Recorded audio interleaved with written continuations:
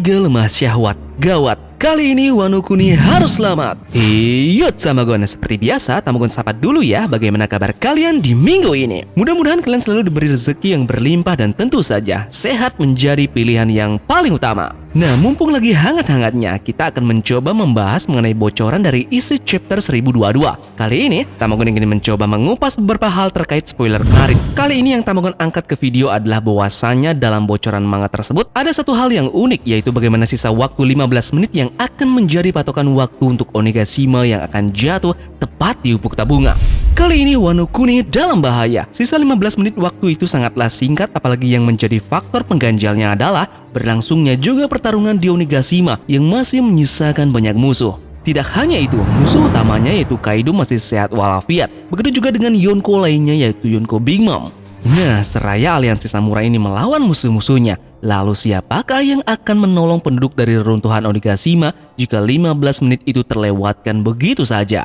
Apa yang akan terjadi setelahnya dan siapakah sosok penyelamat itu? Jadi kita akan bahas tuntas semuanya di sini ya. Jika sudah, langsung saja kita gas, tarik jangkar dan mari kita berlayar.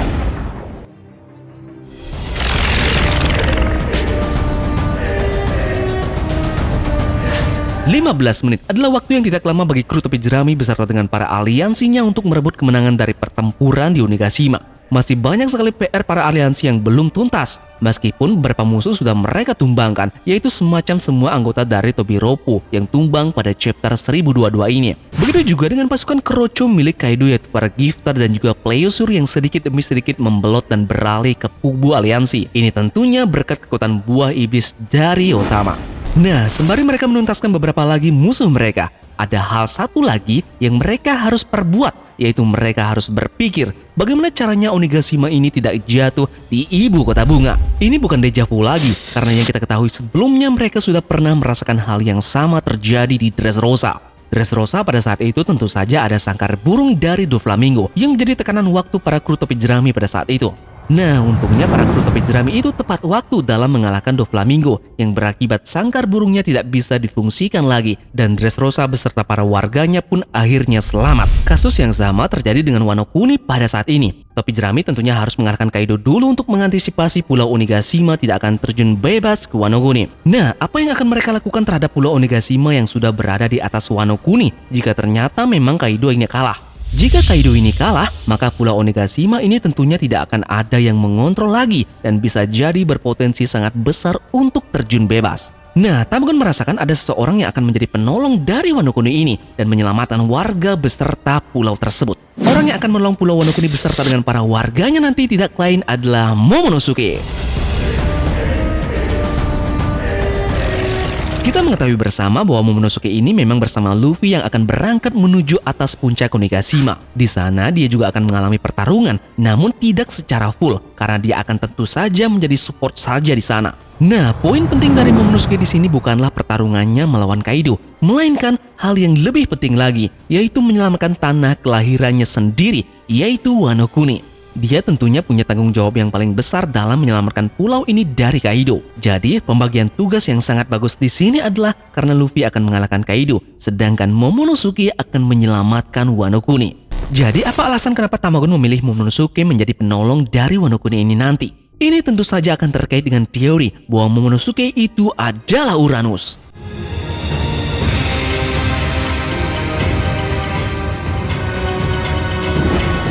Saat ini tidak ada yang diketahui tentang Uranus ini, kecuali namanya. Bagaimana jika Uranus ini adalah kombinasi dari Momonosuke dan juga Zuniza? Kita tahu pasti bahwa Pluton adalah kapal perang dan Poseidon adalah putri duyung. Nah, bagaimana jika Uranus adalah kombinasi antara hewan dan juga manusia? Ketiga senjata kuno ini mempunyai user yang berbeda-beda. Momonosuke terlihat bisa berbicara kepada Zuniza. Dalam cerita Zuniza ketika diserang oleh Jack yang menyatakan bahwa dia dikutuk untuk berjalan selama-lamanya sampai perintah diberikan kepadanya untuk kembali. Nah, tiba-tiba Zuniza ini menanggapi suara Momonosuke. Ini adalah poin penting dari teori ini. Ada yang unik dengan nama Zuniza. Zuniza, makhluk yang diperintahkan Momonosuke secara harfiah diterjemahkan menjadi bunga surga. Nah, dan kemudian ada juga dewa Yunani Uranus yang secara harfiah dianggap sebagai personifikasi surga.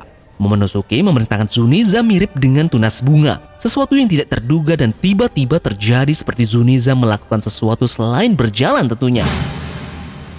Pedang yang ditinggalkan Oden untuk Momonosuke, Ame no Habakiri, juga disebut sebagai pedang yang dapat menebas surga. Ahli pedang yang membuatnya pun yaitu Tenguyama Hitetsu disinyalir dari ras Tengu mitos dan bagian 10 dari nama surga dalam bahasa Jepang. Jadi ini semua banyak sekali terkait dengan yang namanya angkasa dan juga Uranus. Skenarionya adalah pada saat detik-detik terakhir nanti, Momonosuke akan mengeluarkan kekuatannya yaitu memanggil Zuniza untuk menghentikan Onigashima meluncur ke bawah menyentuh Wano Kuni. Ada fakta yang unik lagi yang Tamagon dapatkan di sini. Tamagon melihat bahwa cerita dari Wano Kuni ini nyaris mirip seperti cerita yang ada di Pulau Manusia Ikan. Kedua arc ini sama-sama menampilkan cerita yang nyaris mirip. Nah, sekarang kita akan mencoba mengkomparasikan bagaimana persamaan dari kedua arc ini. Kita lihat yang pertama, yaitu Wano Kuni itu mencari referensi dari cerita legenda Momotaro. Sedangkan Pulau Manusia Ikan, ceritanya kemungkinan terinspirasi dari Urashima Taro. Yang kedua, Tamata Bako dan DF dari Shinobu yaitu Juku-Juku no Mi nyaris mirip. Tamata Bako adalah kotak yang dikatakan berisi kekuatan untuk membuat seseorang bertambah tua. Sama halnya seperti buah iblis yang dimiliki oleh Shinobu yang memberinya kemampuan untuk membuat apapun yang disentuhnya cepat matang dan membusuk. Ini sama-sama ada unsur usia. Tamata Bako pun mempunyai unsur yang sangat penting dalam arc Whole Cake Island. Di sana, Tamata Bako adalah sebuah bom yang menyebabkan seluruh pulau di Whole Cake Island menjadi guncang. Dan itu merupakan pelecut utama dari hancurnya Whole Cake Island. Bisa jadi juga Juku-Juku no Mi ini adalah pelecut utama nanti Onigashima akan tumbang setelah Momonosuke yang kita ketahui dia akan dirubah oleh Juku-Juku no Mi menjadi dewasa. Di kedua arc ini juga menampilkan masing-masing ahli waris dari mereka yang berhubungan sangat lekat dan sangat penting dalam arc mereka masing-masing. Shirahoshi di Pulau Manusia Ikan dan Momonosuke di Wano Kuni. Di Pulau Manusia Ikan tentunya yang kita ketahui ada Poseidon yang dimana itu adalah senjata kuno. Nah, mungkinkah hal yang sama terjadi di Wano Kuni? Di Wano Kuni ada senjata kuno juga. Kemungkinan itu adalah Uranus. Jadi ini ada keterkaitan antar teori tadi yang dimana Momonosuke adalah senjata kuno yaitu Uranus. Dari sekian persamaan tadi, inilah yang paling unik menurut Tamagon. Yang paling unik di sini adalah Shirahoshi yang pada cerita di Pulau Manusia Ikan dikisahkan dia berhasil untuk menghentikan kapal besar Noah yang ingin menimpa Pulau Manusia Ikan dari ulah Flying Dutchman. Di mana pada saat itu Shirahoshi menggunakan kemampuannya yang memanggil monster laut. Nah, dalam detik-detik Noah ingin menghantam tanah, terlihat Shirahoshi memanggil monster laut untuk menyelamatkan Pulau Manusia Ikan dari reruntuhan kapal Noah. Bagaimana jika hal yang sama bisa kita terapkan di Wano Kuni? Bagaimana posisi dari Shirahoshi akan sama dengan Momonosuke?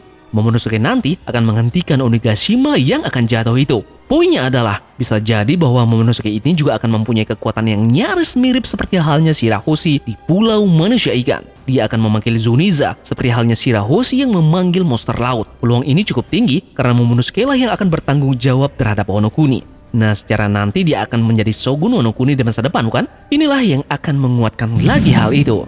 Jika teori ini dipatahkan oleh Oda lagi, mungkin manusia lumpur adalah solusi yang terbaik untuk memberikan shock terapi kepada para pembacanya ya. Bisa jadi, Karaibo lah yang akan menyelamatkan Wano Kuni dengan cara menenggelamkan Wano Kuni ke lumpur.